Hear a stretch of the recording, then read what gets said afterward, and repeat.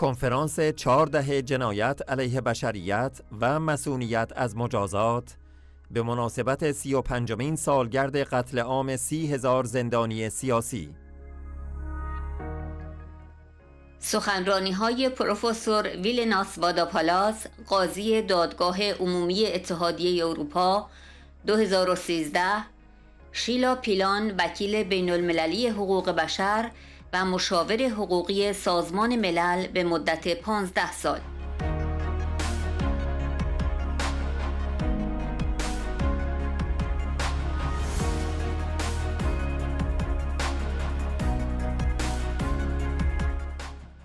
پروفسور ویلناس واداپالاس، قاضی دادگاه عمومی اتحادیه اروپا 2013، برای افرادی که در جنایاتی مانند جنایت قتل عام 1367 مجرم هستند، نباید مصونیت وجود داشته باشد.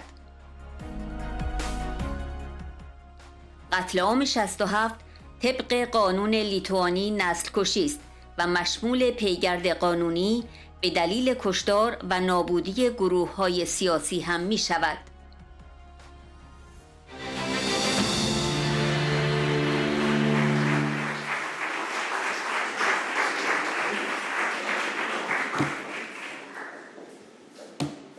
Mrs. President Rajavi, distinguished colleagues, ladies and gentlemen, as a former judge of the General Court of European Union, I'm very proud that my court, my former court, on 3 occasions in 3 cases, protected the rights of people's Mujahideen's organization, Iran, and I hope that the European Union and the institutions of the European Union will take much more and necessary measures to protect Iranian people and to fight against a regime who is exterminating its own people. Of course, I understand very much your deep feelings, sufferings, and pain when I see everything what was shown today. Even being a judge and advocate, I saw in my life many bad and good things, but I am of opinion as a human being that justice must be done, and I hope that it will be done.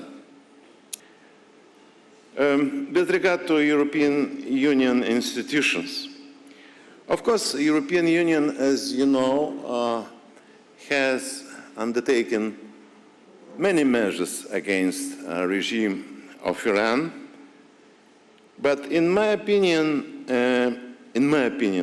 my personal opinion, EU legislation concerning prosecution of crimes against humanity, war crimes, and crimes against peace shall be modified. Time is coming. As you know, in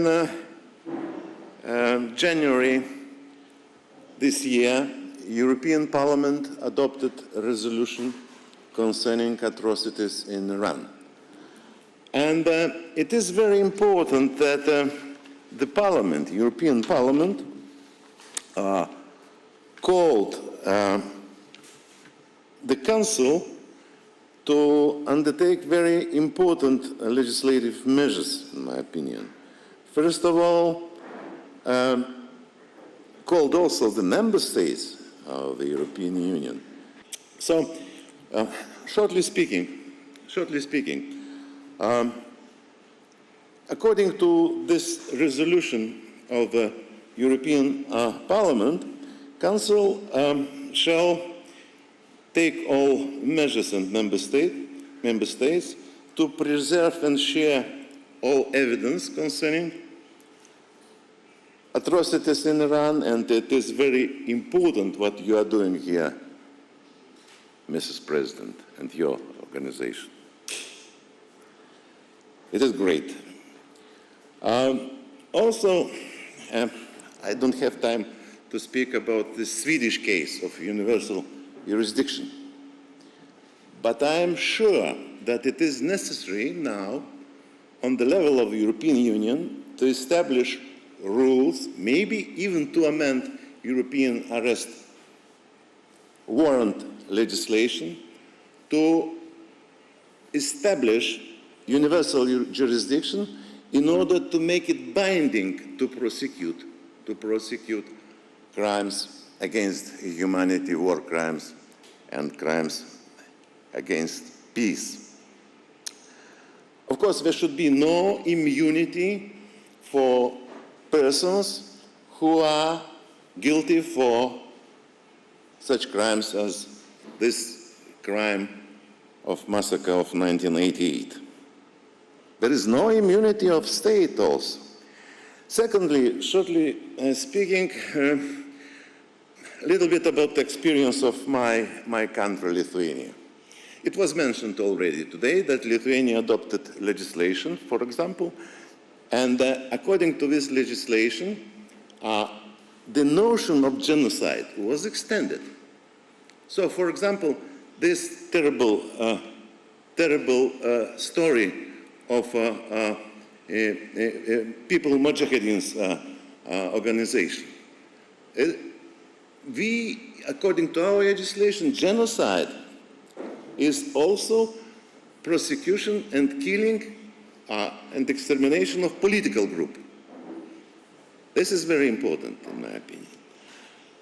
What I would like to say from practical point of view, how to prosecute criminals when, let's say, 35 years like it is in our case here, or 50, 60 years as it was in Lithuania. It is very difficult. There are many legal and practical problems, but I would like to say that we should be optimistic at the end, because even in Lithuania, it was the case of 60 years, 50 years, 45 years, high-ranking former Lithuanian officials, head of security office and vice head. They collaborated with Germans, with the Nazist occupiers of Lithuania, and committed a lot of crimes. Of course, many of them died, and of course, they are already in hell. It is, in my opinion, very important, but I suspect, I think that there is no presumption of immunity in hell, and they are going directly to hell. But anyway, even in absentia, then the criminal is not present. We cannot bring him directly to justice. They did cases when they were prosecuted. Of course, many difficulties. And finally, about state responsibility for international crimes of state. Today, the distinguished specialists have shown all main elements concerning criminal responsibility. But I shall underline that there is also very important tool, international responsibility of states. International responsibility of state under international law for crimes against humanity, war crimes, and crimes against peace. The rules are already codified on the level of the United Nations. And it is very important that we shall not underestimate such rules.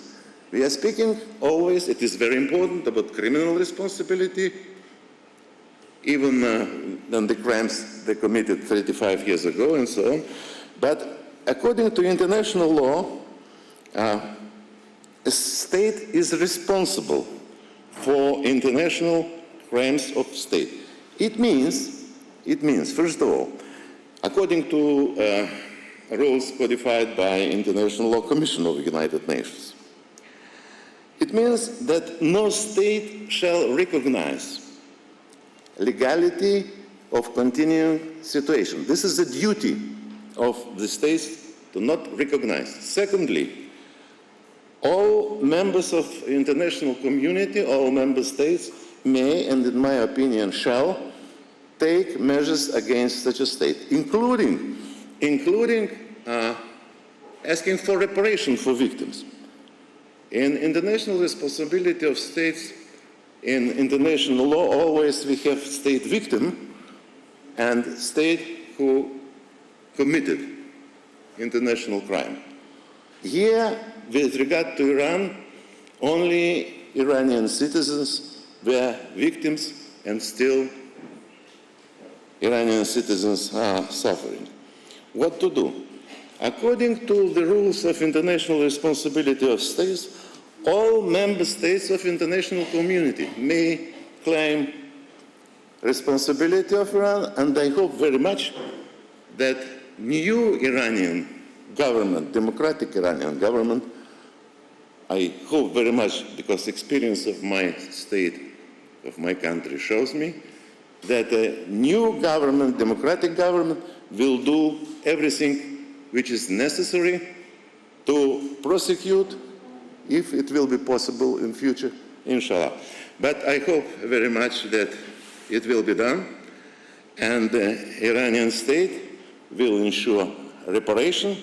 Reparation is very important for victims, and render justice without any necessity of waiting of reaction of foreign states.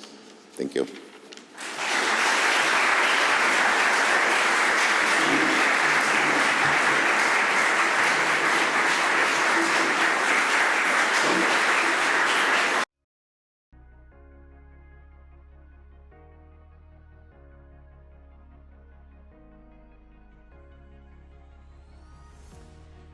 شیلا پایلان، وکیل بین المللی حقوق بشر و مشاور حقوقی سازمان ملل به مدت 15 سال.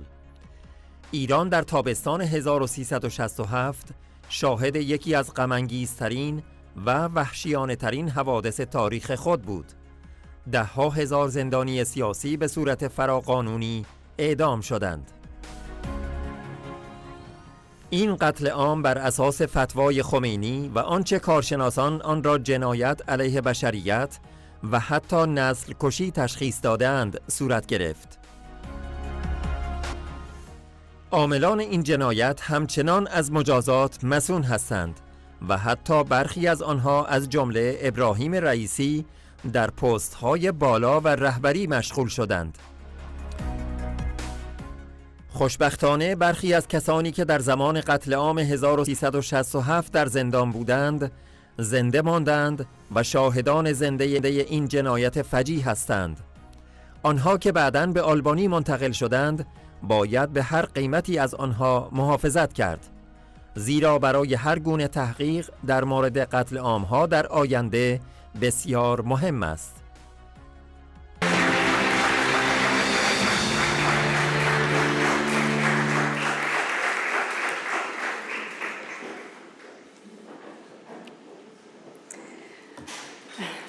Dear friends, ladies and gentlemen, today I stand with you to help shed light on a subject that demands our unwavering attention and collective action, the 1988 massacre of Iranian political prisoners. This dark chapter in history, now 35 years ago, serves as a stark reminder of the grave consequences of silence and the rise of authoritarianism in our world. In the summer of 1988, Iran witnessed one of the most tragic and brutal events in its history. Tens of thousands of political prisoners were forcibly disappeared and extrajudicially executed in a matter of weeks, victims of a merciless government crackdown on dissidents. The massacres took place based on a fatwa by Supreme Leader Ayatollah Khomeini and what has been determined by experts to amount to crimes against humanity and even genocide. The victims were buried in secret mass graves while the perpetrators continue to enjoy impunity, and some have even taken up top leadership positions, including Iran's current president, Ebrahim Raisi. These prisoners were individuals who dared to raise their voices against oppression, who sought nothing more than the realization of basic human rights and fundamental freedoms. Their lives were tragically and senselessly cut short, leaving families shattered and communities scarred. We are fortunate that some of those who were incarcerated at the time of the 1988 massacres survived and are living witnesses to these heinous crimes. Having sought refuge in Albania, they must therefore be protected at all costs, as they are critical to any future investigation or inquiry about the massacres. But while we wait for justice to prevail, it is more than disheartening to have to bear witness to history so predictably repeating itself. The protests that raged throughout Iran last year and the ensuing and ongoing tens of thousands of imprisonments and executions at the hands of the current regime are a direct continuation and result of failing to punish the 1988 massacres. What is even more disheartening is the role of the international community in this unfolding tragedy, among many others. While some nations voice their concerns, many choose silence, turning a blind eye to atrocities being committed. And by doing so, they become complicit in the horrors that unfold, betraying the very principles that they espouse to uphold: freedom, justice, and human rights. The lack of decisive action allows impunity to thrive, emboldening authoritarian regimes and undermining the very fabric of international law and justice. Now, we know that the rise of authoritarianism is not limited to Iran. Around the world, we see a concerning trend of leaders eroding democratic values, silencing dissent, and crushing opposition. This trend poses a severe threat to the progress we have made towards a more just and equitable world. When impunity is allowed to flourish, it sets a very dangerous precedent for other regimes, making them believe that they can act without consequence. Because statements of condemnation, while of course better than nothing, are simply not enough. What is needed is decisive action, because when the international community says but does nothing in the face of atrocities, despots think that they have no reason to stop committing them. And following in his predecessor, Ayatollah Khomeini's footsteps, Ali Khamenei sends more and more prisoners to their deaths every day. He does so because he fears their will and power to rise up. He does so because he knows that they're in the right and that he is in the wrong. Friends, ladies and gentlemen, these are dark times. So dark that they could drive even the most optimistic mad with despair. With the rise of authoritarianism has come a commensurate rise in cynicism, jadedness, and complacency in people, which has put the very basic value and faith in human rights under attack. I have lost count the number of times that I've been asked in the last few years why human rights even matter anymore, when realpolitik screams otherwise. All I can answer is, where would we be if we gave up on the human rights project? How can we imagine living in a world without them? Which is why it's so important that we never lose hope. Hope is the torch that guides us through the darkest of times. We must never give in to the despair that impunity seeks to instill in us. Instead, we must maintain our optimism, knowing that history has shown us that justice will eventually prevail.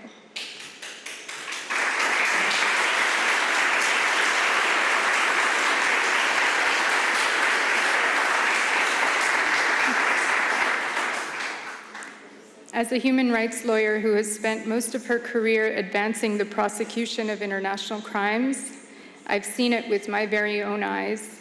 The trials and convictions of those most responsible for crimes committed during the Rwandan genocide, the former Yugoslavia, and the Khmer Rouge in Cambodia, decades after their commission. In fact, the crimes of the Khmer Rouge were committed before I was born, and yet I helped pen the final judgment against the former head of state, Khieu Samphan, confirming his life sentence. The same fate awaits the perpetrators of the 1988 massacres in Iran. There are people who haven't even been born yet who will join our fight. And so as we gather here today, I ask that we reaffirm our commitment to fighting for justice and accountability. We do so because we recognize the power that we possess as individuals and communities to demand change and stand up against injustice. The courage of those who have spoken out against impunity in Iran and elsewhere inspires us to do the same. Our collective voice is a force that cannot be silenced. To combat impunity in Iran and other oppressive regimes, we need the continued support and involvement of the international community. Silence and inaction are not neutral. They perpetuate the suffering of countless victims and embolden oppressors. I therefore join the call on governments and institutions to take a stand, to hold perpetrators accountable for their actions, and to demand justice for the victims. But my appeal today is not just limited to the world's leaders, governments, or institutions. It includes the masses. It is directed to every global citizen, and especially anyone in Iran who might feel like they're losing hope or that it's time to give up. No matter how hard or brutal the task or process, it is the duty of each and every individual with conscious, rational thought to participate in correcting the errors of those who think that they can get away with committing heinous crimes to keep themselves in power.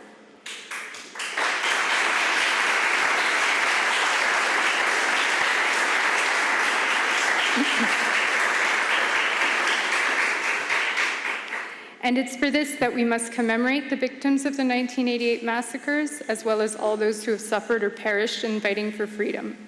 We must not do so with a heavy heart, but with the deepest gratitude and the utmost admiration.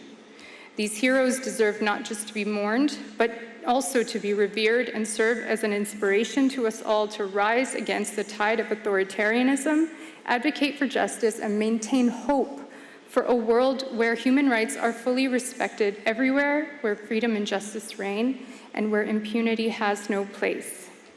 So today, and every day from here onwards, I stand with you, I walk with you, I put one step in front of the other alongside you, helping to carry you as you would carry me.